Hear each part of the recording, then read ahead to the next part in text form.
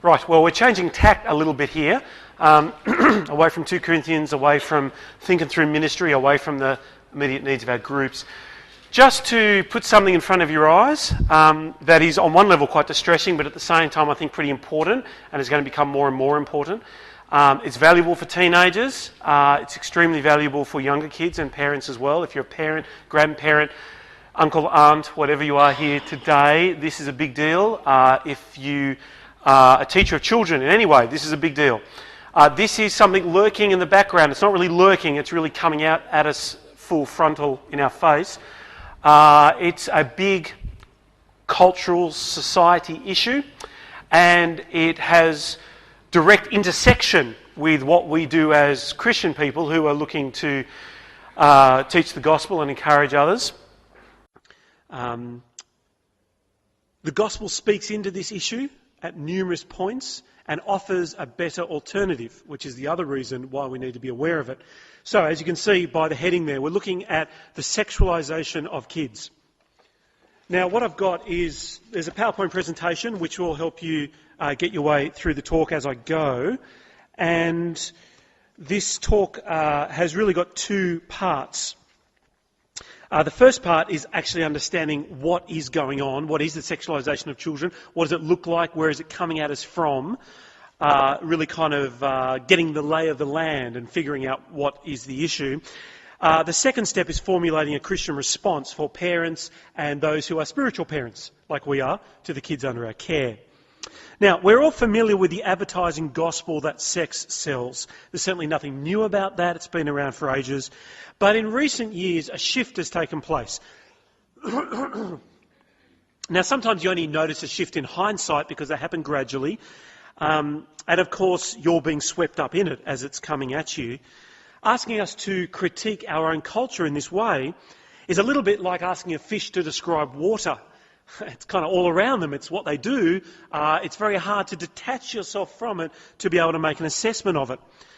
However, as Christians, we have an advantage as we're looking at this particular issue. We have a benchmark, something to consistently measure our culture by, and that is the gospel. That is God's good design for childhood and family and sex. Being a Christian gives us a gospel worldview that runs counter to our culture, whatever our particular subculture may be, and offers an alternative that rescues us from being enslaved to our culture. Well, let me give you an example about the shift that I'm referring to that's happened using a couple of music videos. Both of these music videos are from the same artist, from either end of her career. The first clip comes from 1987. It's a while ago for some of us. That's when I started high school. And the second one comes from 2010, just the other day.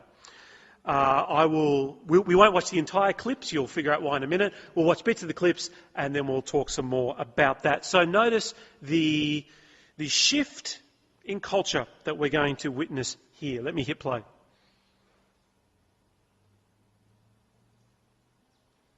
I'm going to get my technical expert to come because I have forgotten what I meant to do now.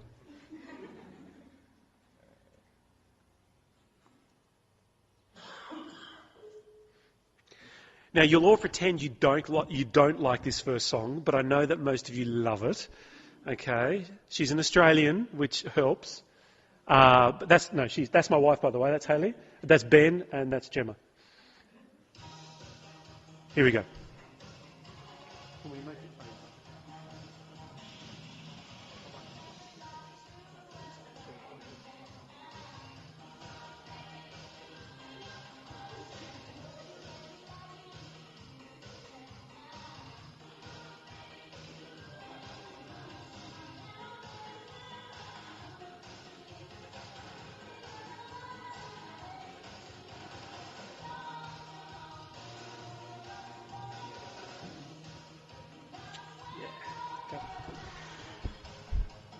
That is a fantastic song, isn't it? Don't you love that? Kylie Minogue, okay? She's an Aussie, so you have to just excuse her that, but Kylie's great. And that was Do the Locomotion. It was a big hit. We all loved it. I think I had a crush on her in that period of her career. But now let's have a look at another one of her more recent music videos from 2010.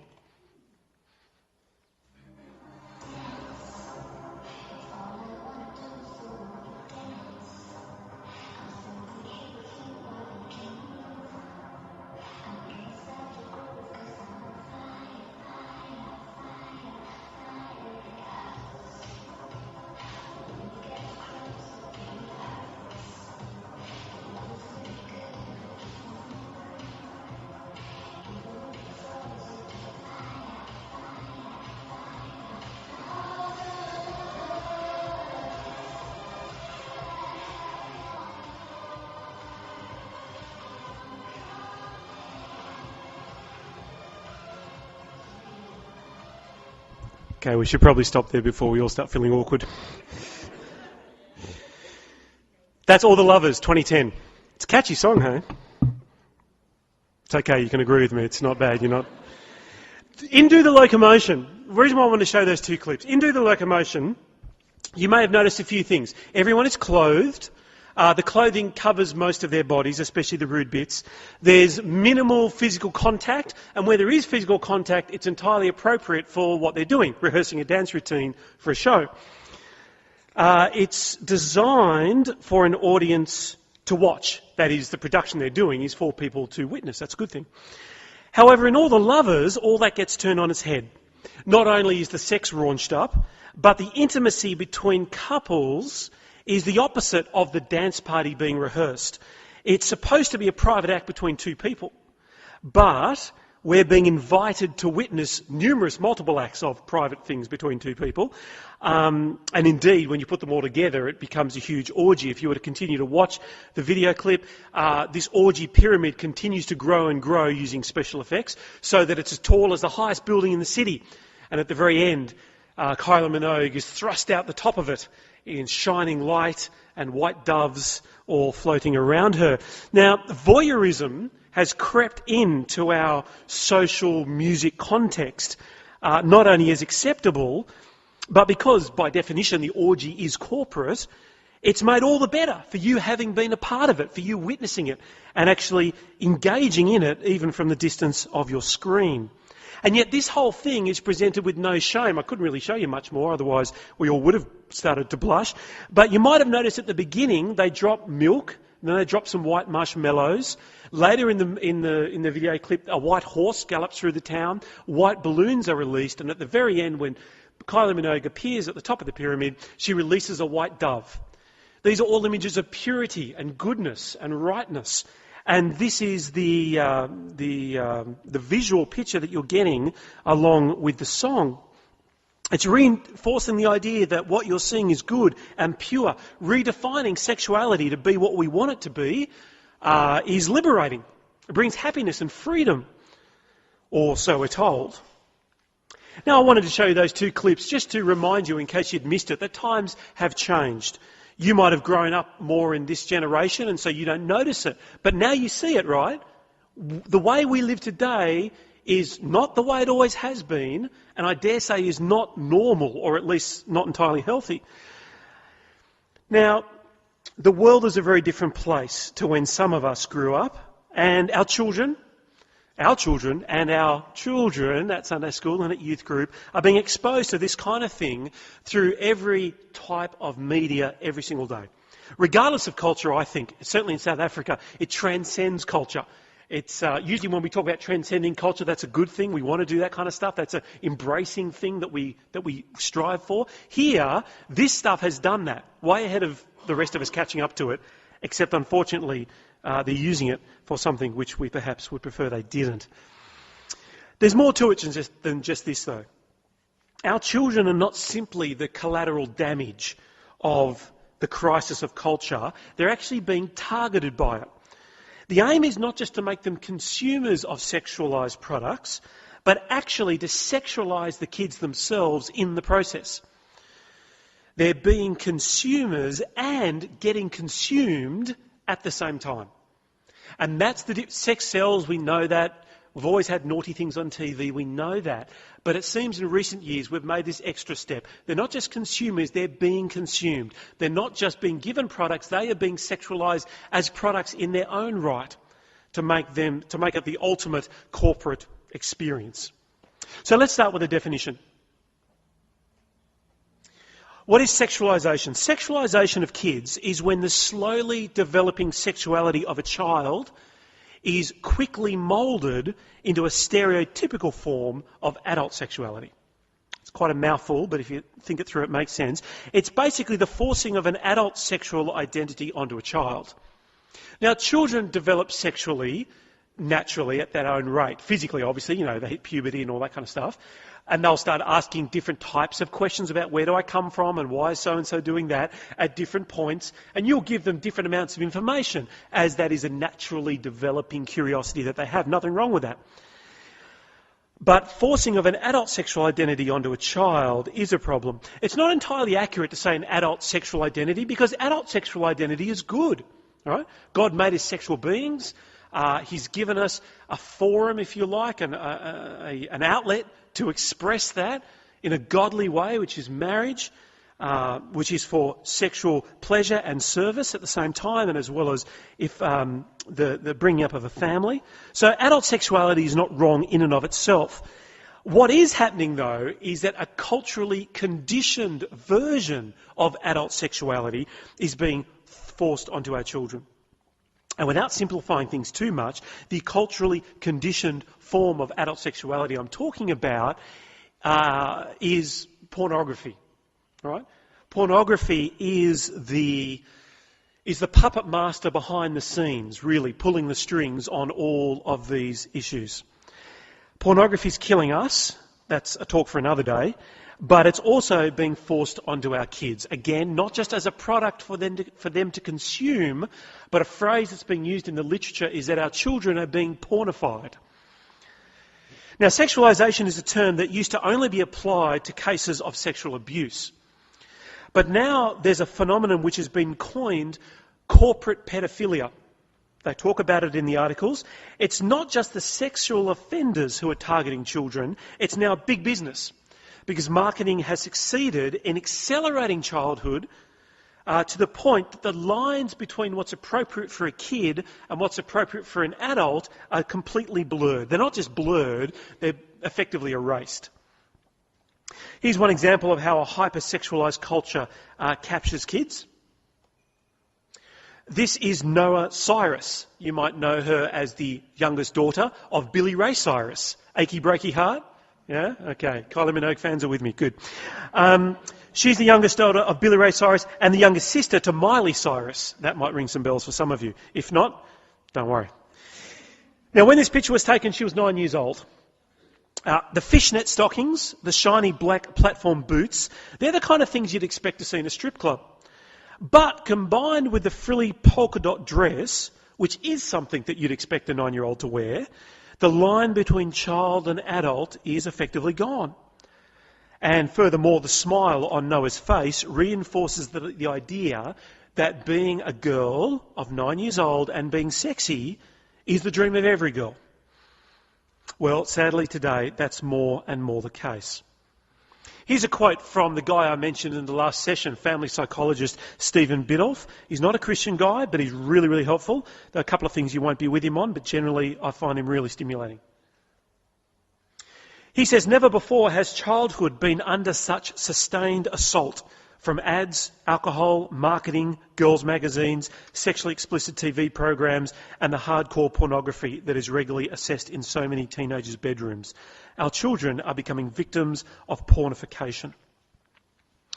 Now, Philip Adams, who's a columnist for the newspaper The Australian, claims to have coined the phrase corporate pedophilia back in 1995 as he was trying to draw attention to the abuse of children through the sexualisation of them through mainstream media. He continues to speak out on this topic. He's not a Christian guy either, but he's got a lot of good things to say. He says, we are outraged by child labour in third world countries, by child soldiers in Africa, and by child prostitution in Asia. Yet we don't see what's happening all around us because it has become so utterly familiar, normal, unremarkable, acceptable. So as disturbing as it is, the sexualisation of kids follows a fairly basic set of assumptions. Let's talk about the girls. Little girls always dream of becoming beautiful big girls. They play dress up, princesses, queens. It's the way girls are wired. It's a beautiful thing. However, our pornified culture has redefined beauty as sexy. Now that might just sound like semantics, but it's not. That's a huge shift. Beauty is now sexy or hot. Hotness. She's so hot, okay? So that's the kind of thing. That is a seismic shift that went unnoticed by most of us. So if beauty now equals sexy, and growing up equals sexy, and every little girl wants to be a beautiful grown-up girl, then we'll sell sex to 8-year-old girls. But the process has been so effective that it's actually gone one step further. Girls are now encouraged and willing to self-objectify themselves in order to achieve this goal. So we always talk about the objectification of women, right? And it's the guys that are at fault, and a lot of the time that's absolutely spot on.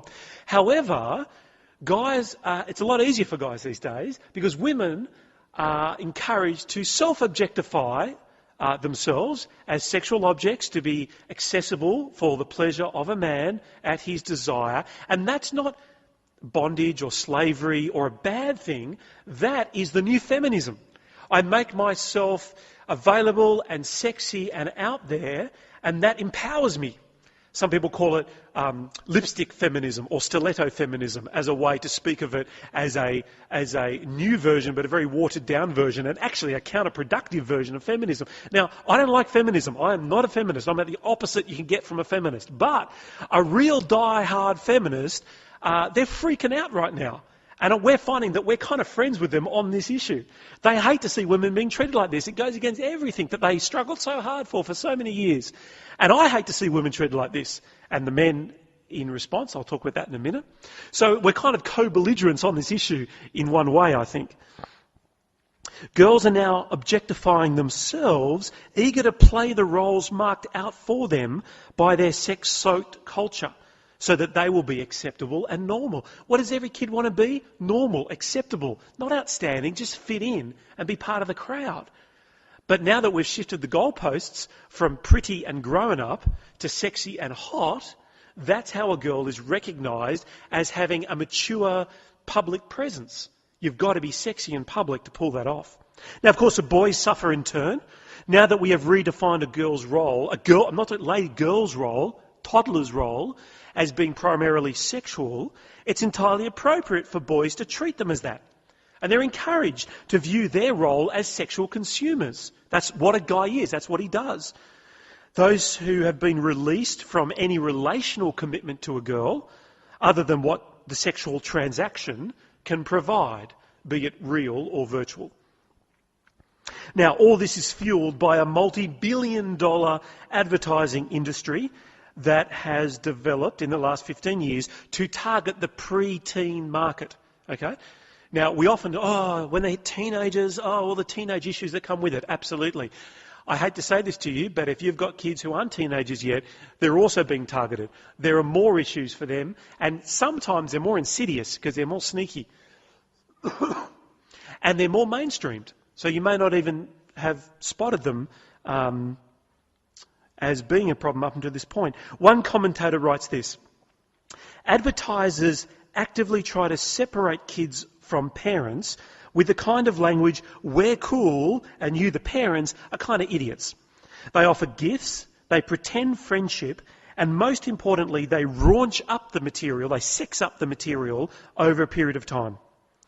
Now, the point she goes on to make is that the way that big corporates market to kids is exactly the same strategies that sexual predators use to groom their victims. They pretend friendship, they offer gifts, and they raunch up the material over a period of time. Corporate pedophilia. And herein lies the problem. Because the very nature of a kid is that they're a kid, they're highly impressionable. And as a result, extremely vulnerable to advertising. Because they're so young, they haven't developed a robust sense of discernment or wisdom. And that's not their fault. They shouldn't have to develop that sense of discernment yet. Partly they're not old enough, and partly their parents should still be the caregivers and by and large be making decisions for them, as they learn on-the-job training what making decisions is all about. Pre-teens or teenagers, or even under 8-year-olds too, because that's the age bracket we're talking about, they're short on life experience. And that's not their fault either. The complex interplay of greed, marketing, fame, desire, spending power, being cool, the sexualization of our culture are not concepts that they fully understand yet. Not as individual concepts, and certainly not when they're blended together. So for marketers, it's like shooting fish in a barrel. Again, Stephen Biddulph says, advertising aimed at kids is increasingly being disallowed in the more progressive European societies on the legal ground that children do not have the cognitive capacity to defend themselves, and advertising aimed at them is therefore deceptive and unethical. Well, let me give you 3 examples now of how sexualised culture targets our kids in order to do more than just sell them stuff, but to objectify them in order to make them both the consumer and the product. 3 examples, and then later on we'll look at some responses we have to this. The first one are these guys. They're called Bratz. It's a range of dolls for girls. Now, Bratz, for a long time, these guys have been out for about 10, 12 years, I think, Bratz. They've been around for a while. They're a range of ethnically diverse dolls, and they've been selling by the truckload. Now, we're all aware of Barbie's impossible body shape, and Barbie got a shellacking over the years. No one can look like that. Look at that waist. Oh, my goodness, what terrible. And that's true, right? To a large extent, Barbie has caused a lot of carnage and eating disorders and body image issues of girls who grew up with Barbies. Absolutely not arguing that for a moment. However, despite her distorted body and the impossible version of beauty that Barbie thrust upon girls, you'd have to admit there was an innocence to Barbie. A make-believe world that she inhabited that seemed like a safe place for a kid. But Bratz dolls, on the other hand, are all too real. Now, their bodies are just as extreme as Barbie's. The proportions are different, but they're just as impossible. If a real person looked like that, their head would explode, for one. They are actually grotesquely shaped. They've got big collagen-injected lips, with their heads tilted to the side suggestively, with huge bedroom eyes that have lost all innocence. Whereas Barbie had a huge wardrobe of make-believe. Ballroom Barbie, equestrian Barbie, even mermaid Barbie. I didn't play with Barbies, I'm just getting this. Bratz get about in miniskirts, high heels, boob tubes, leather chokers and fishnet stockings. It's the kind of apparel that you'd expect to see on the street corner, not in a girl's bedroom. The name itself gives it away, right? Bratz. These are not good girls, these are bad girls. In fact, bad is the new good. Sexy is the new cute. All our values have been inverted. Now, that's a dangerous thing to do, period, but it's a very dangerous thing to do when young, suggestive minds are still finding their values on what value is all about, on body image, on sexuality and all that kind of stuff. Childhood is no longer a safe place to grow up, as the hypersexualised image portrayed to kids is being handed to them with dolls like these from as early as you name it. Now, from one end of the spectrum to the other. The next example comes from another publication I never ever frequent, French Vogue. French Vogue. French Vogue caused controversy in 2011 when they added some new models to their January cover. The girl in the picture is 10 years old, although she has been modelling since she was 4, okay? So, cut her some slack. Here, Vogue parades girls as mini women, posing suggestively on beds of leopard skin rugs, pouting bright red lips and seductive bedroom eyes. The title... How do you say that in French? Anyone speak any French? Cadeau? I'm not even going to try. It's embarrassing for me. Means unwrapped, or little present unwrapped. Here we have a textbook example of how the slowly developing sexual identity of children is being forced and moulded and accelerated into stereotypical forms of adult sexuality. Now, I say stereotypical forms because none of the girls I know, when we go for coffee, sit like that and look like that, okay? The point is that very few women I know actually do act like that, which is a good thing, but they're told that they should. This is appealing, this is trendy, this is what we should be like. That being sexually available is what defines femininity. And that being publicly sexual is the only way that a girl can establish her claim in the world, the attention of men, the self-respect she deserves, and her maturity. Now, yes, little kids do play dress-up. My daughter plays dress-up, as does my son, sometimes in dresses. But that's a story for another day. As I've read some articles on this particular release on French Vogue, they suggest it's a storm in a teacup. Because isn't that all that's happening on the cover of Vogue? Little girls dressing up just like they do in the playroom? Well, while little girls pretend to be queens and princesses, innocent dress-up is full of mismatched odds and ends, smeared makeup, and lots of giggles and innocence. But the emphasis is that it's pretend growing up. And I think even the girls know that, without any of the adult understanding or baggage that comes with it. But if you look into the eyes of the French Vogue girl, this is not giggles and silliness. So it's inappropriate on two levels. Firstly, by implying that adult women are no good unless they look like little girls. And secondly, that children are no good unless they look like adults. A certain type of adult, mind you, one that's been groomed by an industry soaked in sexual innuendo. As one commentator said, it's pedophilic style grooming of the reading public, so slowly and gently that you don't know when the line has been crossed. Okay, here's the final example, and in one sense I think the most toxic. It involves two big players. The first is the American lingerie company Victoria's Secrets. Now, Victoria's Secrets has recently released a new line of lingerie targeted for teens and pre-teens, so the 9 to 15-year-old market. The new range is called Bright Young Things. It's caused a bit of a stir because the line includes, for the 9-year-olds, G-strings and racy lace-trimmed underwear with slogans on it. Slogans like "feeling lucky" and "call me." You've got a few other slogans up there. "I think I'm too fat," "wild," and there's the "call me" one too, for 9-year-olds.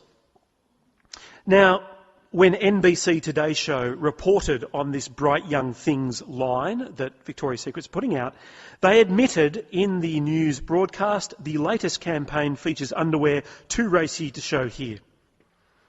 The Chief Financial Officer from Victoria's Secrets announced their marketing strategy for this younger demographic, and he said they, the 9-year-olds, want to be older and they want to be cool like girls in college, and that's part of the magic. Now that in itself is troubling, right? I find that troubling. Dressing up prepubescent girls in underwear that is designed to attract sexual attention. I've got a problem with that. I think we all do. I think you should. But it gets better when I introduce to you the next character in this story. Enter Justin Bieber. If you don't know who Justin Bieber is, God bless you. He is the latest teen and pre-teen sensation. He has a global fan base called Beliebers. Okay? He has over 33 million followers on Twitter. So this guy, I think he's 19 now, he has an idea and 33 million people hear it instantly. He was named by Forbes magazine in 2012 as the third most powerful celebrity in the world. Okay? He has earned an estimated 55 million American dollars in the last 12 months. And as of May last year, he has sold 15 million albums. When he says jump, 8-year-old girls say, how high? Did he come here? Yeah, okay, he's just been to Cape Town. It was a big deal, everyone flipped out. Okay, predictable. We have friends, or people we keep in touch with, from when Ben was in grade R a couple of years ago. He's in grade 2 now. And we see on Facebook that the mum of some of the girls in his class was saying, got golden ticket circles for my girls, who are now 7 years old, and we've been practicing Justin Bieber screams all day. Okay? Now, here are just some of Justin Bieber's typical fans. Okay, that's the kind of market that he's going for. He's getting a little older now. He's almost 20, so his fans are growing up with him, but he's still getting these entry-level girls all the time. Now, in a brilliant marketing ploy, who do you think Victoria's Secret's got to sing at their runway launch of their new line for pre-tweens? Yeah, Justin, my man. So here we have the heartthrob of 10-year-old girls everywhere, lending his considerable influence to the sexualised underwear of pre-teens and teens. Everybody wins, right? Victoria's Secrets win. Justin Bieber wins. This is a big gig for him. The only losers are your children. Now, let me go on the record as saying, I've got nothing against Justin Bieber as a person. I don't know him. I've never met him. He looks like actually a lovely guy, as far as you can tell from this side of the TV. He's obviously the meal ticket for some record company executive. I actually feel sorry for the guy. I think while he was in Cape Town, the scandal broke, someone found drugs on his bus. I give him 3 years tops. He's going to be like every other child star. He's going to nosedive big time, which is going to be sad to see. He's just as much a victim as anyone else, I reckon. But considering how he's being used by the big corporates, I think his clean-cut persona is very misleading. That the Bieber phenomenon is in fact toxic to kids. He looks safe, right? He looks trustworthy. He's the kind of guy you wouldn't mind your daughter dating kind of thing, right? Not like those crazy guys with the piercings and the tattoos and the, all that kind of stuff. Kids are too young to be discerning and certainly too young to be able to see what's happening behind the scenes as the big corporates merge all of these players in a very cunning way to increase their market share, to increasingly sexualise young kids and teenagers so that they not only can sell more products, but they can create the consumers as products themselves so that they're so blended into the whole machine that they're never going to find their way out again. Right, now, before I conclude this first part of the talk and move on to a Christian response, which I'm going to have to do quickly, I need to talk about the elephant in the room, pornography. I mentioned earlier that adult notions of sexuality have been completely reprogrammed by porn. And that's now affecting children since porn is so accessible in almost every public space. You need to know, the first time I saw pornography was when I was in primary school, and it was my next door neighbour at the holiday house we stayed at, and he'd had one of his dad's Playboy magazines. He put it in a plastic bag and buried it in the backyard.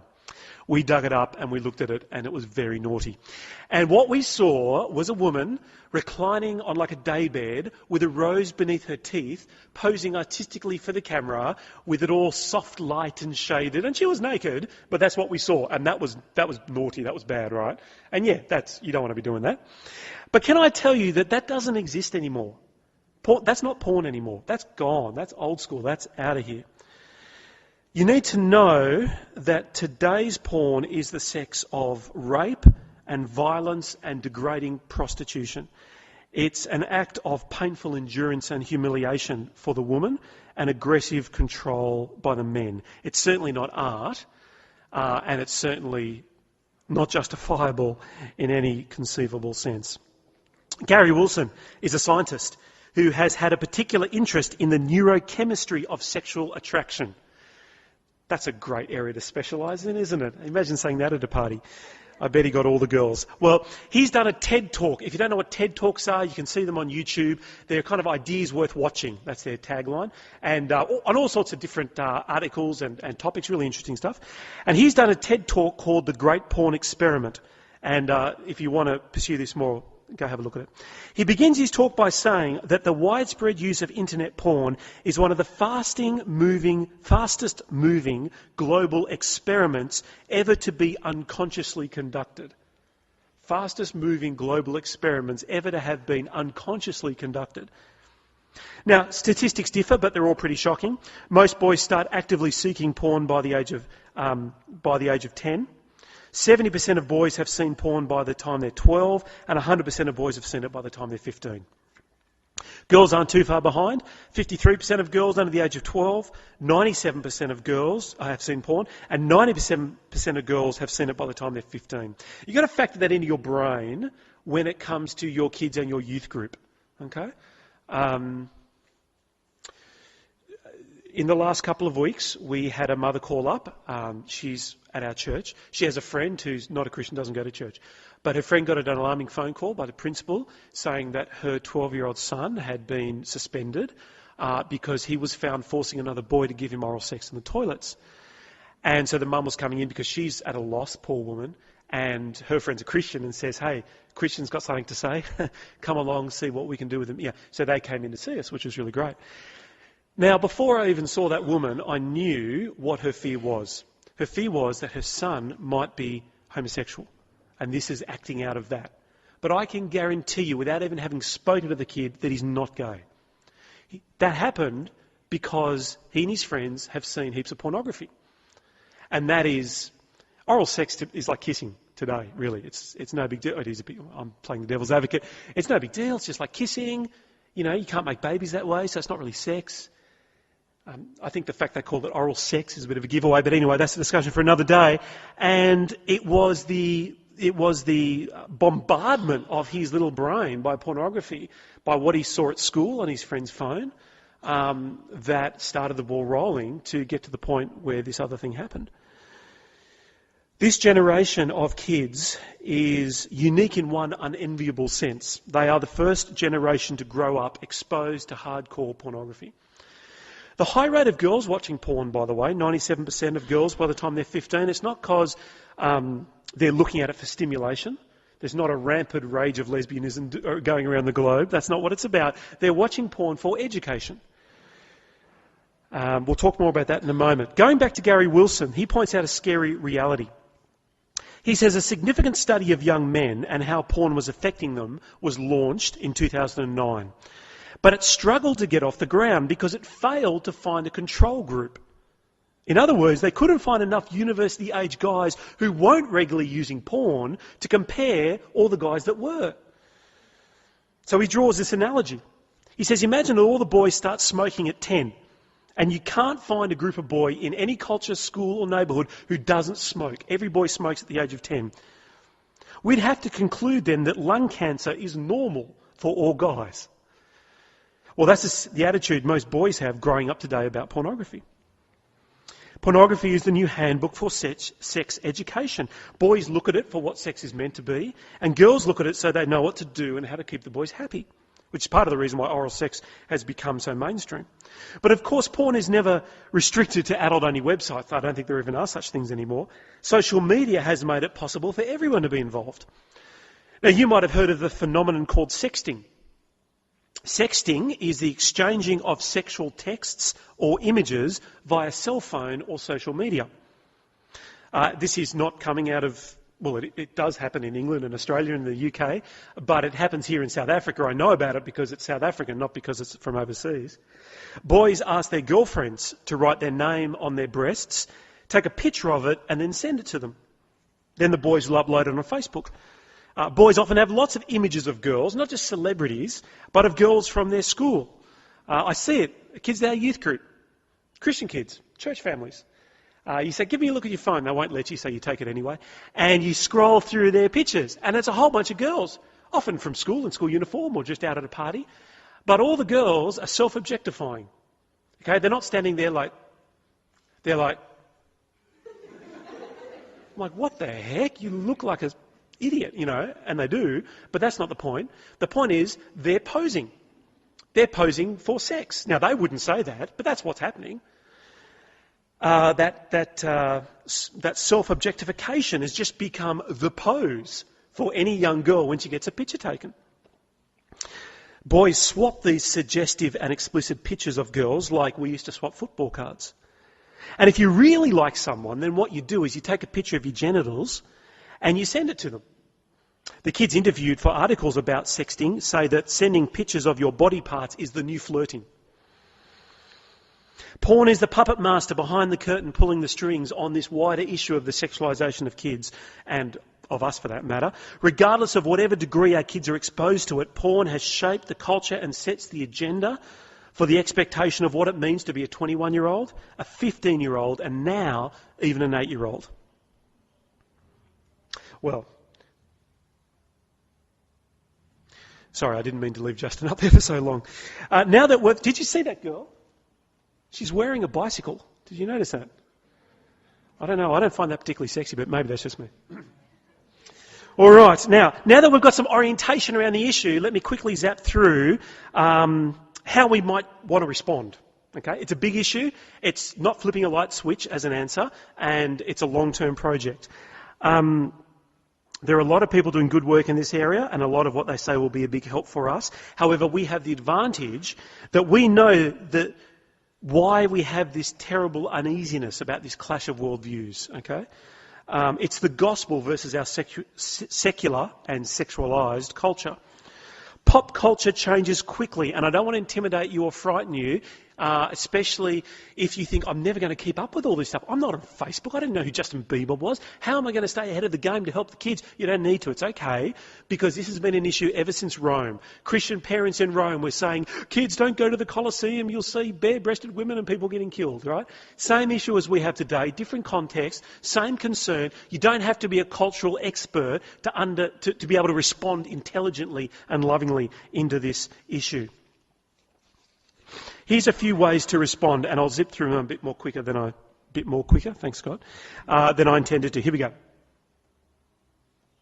First one is to preempt. Responding needs not only to be reactive, but also to be preemptive. In other words, you don't have to wait until your kids become a victim first. You can take preemptive strikes. This is the longest of the points, but I'm just going to list some practical ideas. Make sure, if you've got kids, if you're a grandparent, if you're working with kids at church, make sure that the kids aren't rushed through childhood. There's an acceleration of childhood. Some people are talking about the death of childhood. Make sure your kids have plenty of childhood toys and books and DVDs and board games that encourage lingering in childhood for as long as they are a child. Part of the danger of accelerating the pre-teen years is not only the damage it does to them as 6-year-olds, but also the fact that when they reach 14, the 14-year-old things won't satisfy them because they did all those when they were 7. So then the 14 is going to want to act like an 18 or a 21-year-old because all the other stuff's been done before. However, rather than saying no to every new fad, maybe think positively and start, what do you want to say yes to? What do you want to say yes to? What are the positive alternatives that are going to fill the gap that will exist when you start also saying no to things? Fashion is a gateway drug to a sexualised culture, especially for the girls. Style has become a euphemism for sexual display. The assumption that 8-year-olds are just miniature versions of 14-year-olds and 14-year-olds are miniature versions of 20-year-olds is absurd. But if you go to shops, you'll see the 6 to 15-year-old section. Is it possible that a 6-year-old may dress differently to a 15-year-old? I think it probably is. I think they probably should dress a bit differently, but we don't have that choice anymore because it's all the same thing, just different sizes. So that you and your kids don't get taken by surprise, here are some things to look for. Sorry, I gave this talk originally to parents. A lot of you are parents, but even if you're not, you're spiritual parenting, right? So it's good that you know this stuff. When you go shopping for clothes, you've figured this out already, but sexualised clothing has a few things in common. It will emphasise or reveal body parts that maybe shouldn't be emphasised or revealed. It'll bring adult ideas of sexiness or hotness into children's wear. And it does that by maybe carrying sexually suggestive pictures or slogans. It'll mix adult and child. So there'll be some sexual innuendo wrapped into a background of polka dots or ribbons that will blur the boundary. So you'll get a leopard skin miniskirt, but it'll be in pink. So you buy it for your 10-year-old. Okay? So look for the disconnect. Look for childhood should be about protection and nurture, not about pornification of an adult version of sexuality. A South African article from 2007 entitled "Is Kids Fashion Exploitive?" ends with these words. The sad truth is that our young women and girls are being duped into self-violation with corporate rapists sniggering behind the mirror. So you'll be doing your kids a huge favour if you help them be aware of that. Okay, I'm going to skip the next bit and go on to equip. This is really part of being preemptive, I guess, but equipping our kids is about giving them a biblical default setting, a biblical worldview for these kind of issues of sexuality and sexual identity. One of the problems is that because they're little kids, they don't really have a worldview yet. It's still being formed. So they've got nothing to compare our sexualised culture to. When it's the only thing you're being offered and everyone else is doing it, how can you not take it? So parents and spiritual parents, we've got to continue the basics of good Christian education. I'm not talking about schooling, I'm talking about, gospel education, with an eye for how this intersects with our sexualised culture. So before you introduce them to the complexities of moral decisions, you have to establish sexual norms in here first. Don't worry about diving into this stuff. Talk about what the good version of that is first. The Bible as it applies to everyday realities. Discernment, what's discernment? Discernment is being able to see through the hype to the actual issue and then make a judgment call based on being a Christian if this is right or wrong, wise or unwise. So after seeing something in the media, maybe it's a song all the kids are playing on their phones when they come to youth group and you hear it and you think, geez, that's one of those, that's dodgy and that goes with that music video which goes with that clothes and I can see this is going bad. Ask us some questions. Do you think these people are acting in a way that fits their age if it's kids involved in the whole thing? If not, why do you think they're doing it? What harm do you think that this action or attitude might cause? And why do you think that would cause harm? Is it right that men treat women like that? Girls, is that the way you want to be treated when you get older or right now? Is that the way women should be treating themselves? What does God say about being a woman or being a man for that matter? What does God say about being a child? How does that compare to God's alternative? So all those kind of diagnostic questions, have a few up your sleeve as you're driving with the kids in the car and you see a billboard and they go, ooh, or they don't even say anything, but you know they're watching, you can feel it. And then don't go, look over there, boys. But say, hey, it's a teachable moment. Speak into that. You don't have to give them the whole story, but give them something so they can make sense of it. As these standards become a given, they're celebrated and respected. And so that when the other stuff sweeps over them, they'll have a well-established and well-loved worldview to help them navigate their way through all the other stuff. Third one is protect. This sometimes gets a bit of a bad rap, I reckon. There's a big difference between being naive and being innocent. Being naive isn't good. Naive is ignorant and unprepared. But being innocent is good. Innocent is pure. It's not being corrupted, in this case, by the hypersexualised culture. Think about little saplings in a greenhouse or a baby bird in a nest. There's protection there. There's fences put up. There's care. Some of the things are kept on the outside for now so that that little plant or that baby bird can develop the knowledge and strength to stand on its own in the face of the big bad world. So there is a school of thought that says, look, we should just throw kids in the deep end. It's the quickest way they'll learn how to swim. Our Christian kids, they're living in the world, so they need to know what the world is. We don't want them to be, naive or shut off from the world.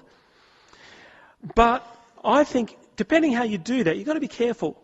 I think often, especially because of the way the world is now, maybe not 25 years ago, but today, the world will overwhelm them with its wickedness. And they're not ready to deal with it yet. They might be ready to deal with a bit of it, but not all of it. It shatters innocence. It doesn't prepare them for it. So surely a better way is to get them ready gradually about the dangers without having to expose them to the danger itself. I doubt any one of us would want to warn our kids about pornography by showing them pornography. The old, you're smoking? You smoke this whole pack, young man, and that kind of thing, right? I don't know if that's a good idea. Probably not. But you can't do that with porn. It's different. It's a different level than cigarettes. Okay, you've got to be aware of that. I know you are. That's a stupid thing to say. One thing that will mean is that you'll have to get used to saying no. But do it with love and empathy and with understanding. Do it with a listening ear and do it with a better alternative. Protecting innocence means that you're going to have to speak up on their behalf. Now, that might involve speaking to your local school.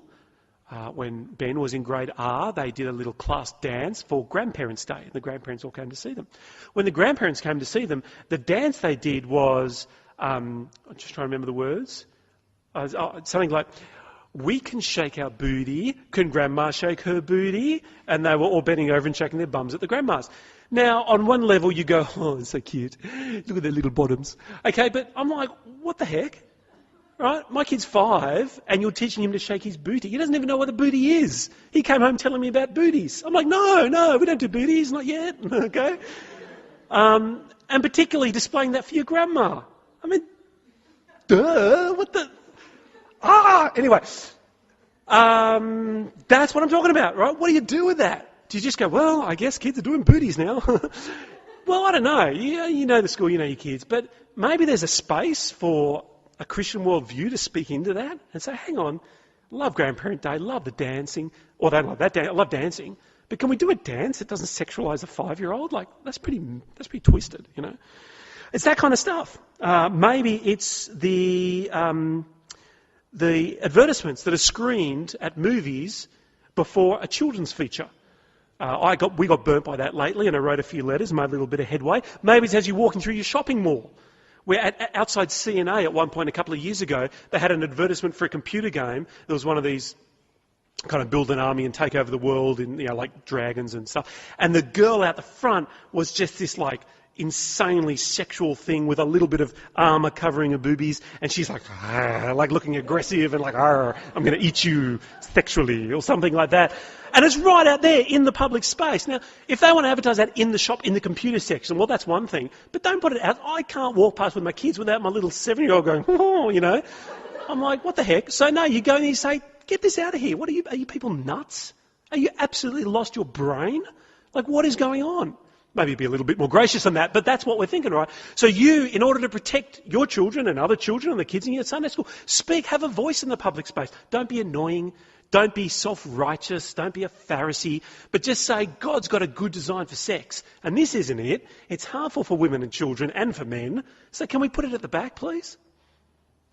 See where that takes you. Protecting them will mean screening their friends.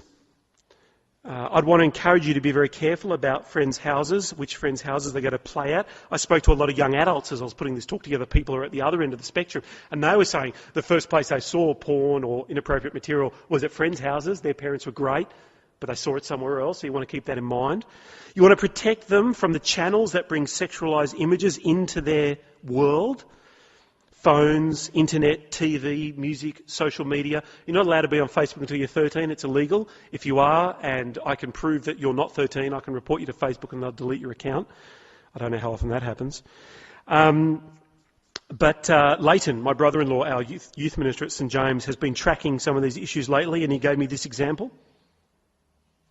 This is a Facebook group that you can join. It's called Cape Town's Sexiest Teens. And the point of the group is you take a picture of yourself and you send it in, and we just are amazed at how sexy Cape Town teenagers are. It encourages kids to self-objectify their bodies and themselves. That's a classic one because it's so common. The phenomenon is called the selfie. As in the self-take photo, take a photo of yourself. I do that all the time. If I go to weddings, I'm walking around on the tables when I get bored. I'm finding someone's camera unattended. Take a picture of myself. Oh, it's my little bit of chaos theory. But the selfie is this kind of stuff. It's getting next to nude and taking a picture of yourself and put... Now, why do they do that? Well, there's a whole lot of reasons probably. I'm going to move on because I'm sick of looking at that picture. But why do they do that? They do it because it's empowering. I'm a sexual person, I'm beautiful, let me go out there and show everyone how beautiful I am. And that gives me some kind of traction amongst my friends in this culture, right? I've arrived. But actually it does the complete opposite, doesn't it? They're self-objectifying, they're making themselves a sexual object to be used at someone else's leisure, even if it's just mentally. And they've been duped into thinking that this is a good thing, that this is empowerment. It's not empowerment at all. It's that kind of stuff. So you want to be careful about the avenues that this stuff reaches your kid. You can't wrap them in bubble wrap, but you can help them preserve innocence for as long as possible without them being naive. Now that's a talk in itself, right? But you're smart people and you've got God's Spirit working in you, so you need to start to think about what that looks like for you in your own situations. Second last one is model. This one's obvious, but we need to think about it. As you dress and behave and speak like an adult, don't dress and behave and speak like a sexualised adult. We realised this, maybe it came through the dance from grade R, I can't remember where, but maybe I'm the guilty one. I probably said to Hayley, hey babes, looking sexy. And then the kids start going, yeah mum, you look sexy.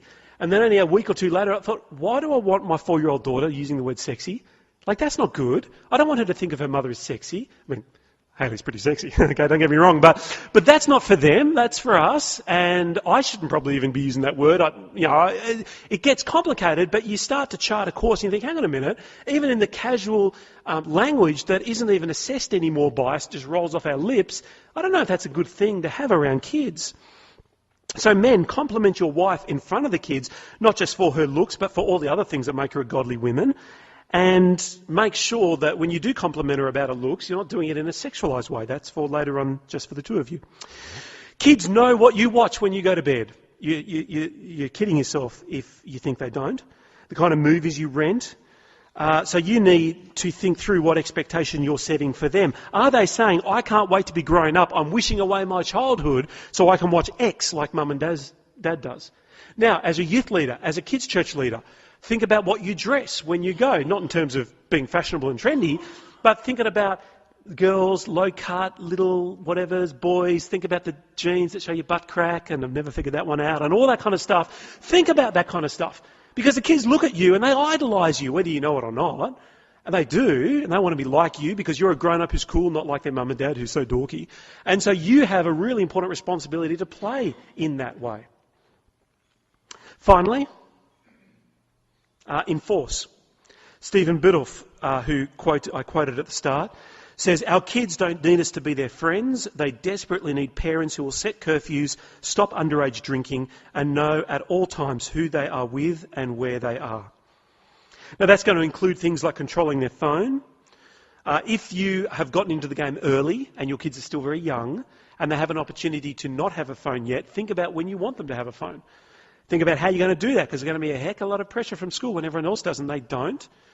An older Christian guy whose kids are grown up now, back in Cape Town, who I know and appreciate his wisdom, he said that they didn't want their daughter having a phone when everyone else had a phone. So they thought, well, what can we give her that she does want that nobody else has that will be a nice offset?